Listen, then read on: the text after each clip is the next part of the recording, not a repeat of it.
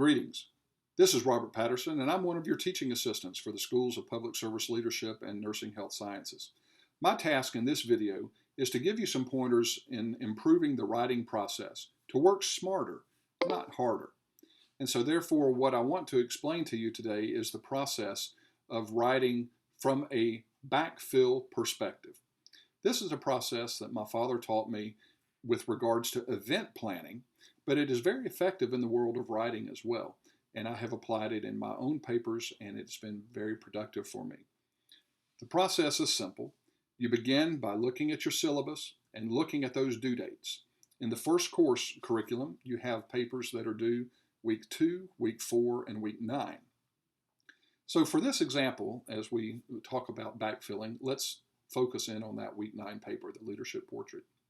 It's the largest paper that you'll write during first course curriculum, so it may require the most preparation. So let's talk about it. It's due, of course, on Sunday at the end of week 9. So there are 3 things that need to happen on Sunday to make sure that you are ready to submit. The first thing is that you have applied all your edits, you've reviewed them, and you've proofread your paper. Second thing that you have done is a spelling and grammar check, keeping in mind that just because a word is spelled correctly does not mean that it's the appropriate usage of that word. So make sure that not only is the spelling correct, but you have the right usage of the word. Third is your reference list validation. This is very important that you double check all your in-text citations and make sure they correspond to your reference list. Your reference list is not a bibliography of all the resources that you looked at in researching your paper. It is a list of those items for which you have provided in-text citation. And so you want to make sure that all of that balances and the reference list is complete.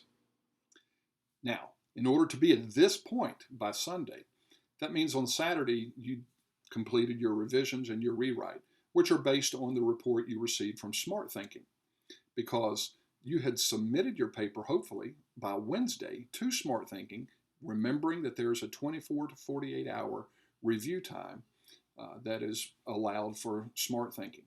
Now, more often than not, you'll get it back within a day or so, but it may take up to that 48-hour time frame, especially when you're looking at week 9, which is a high volume time frame for Smart Thinking to be reviewing papers.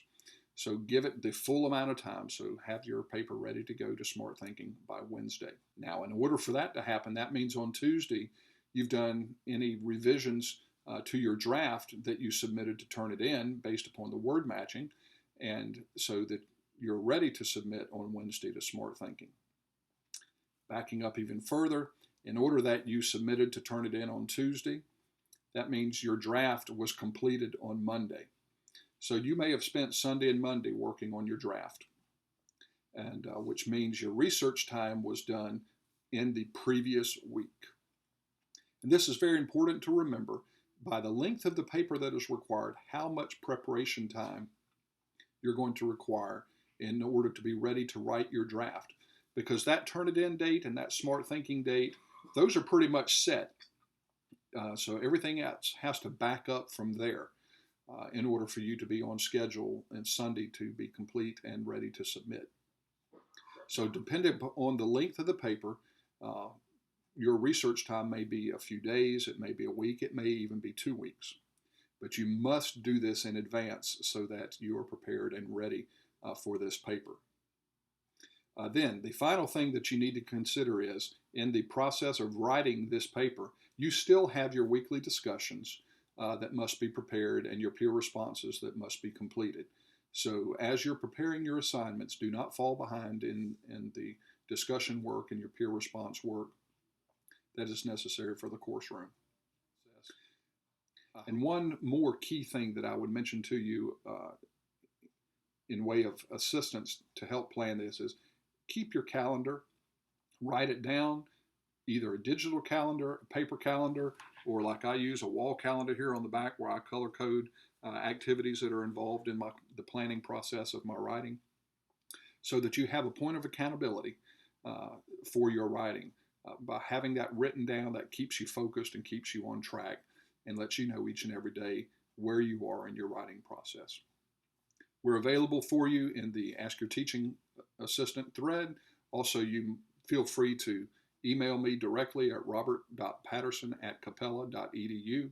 We're here to help you, and we wish you the greatest success as you complete your assignments. Thank you, and have a good evening.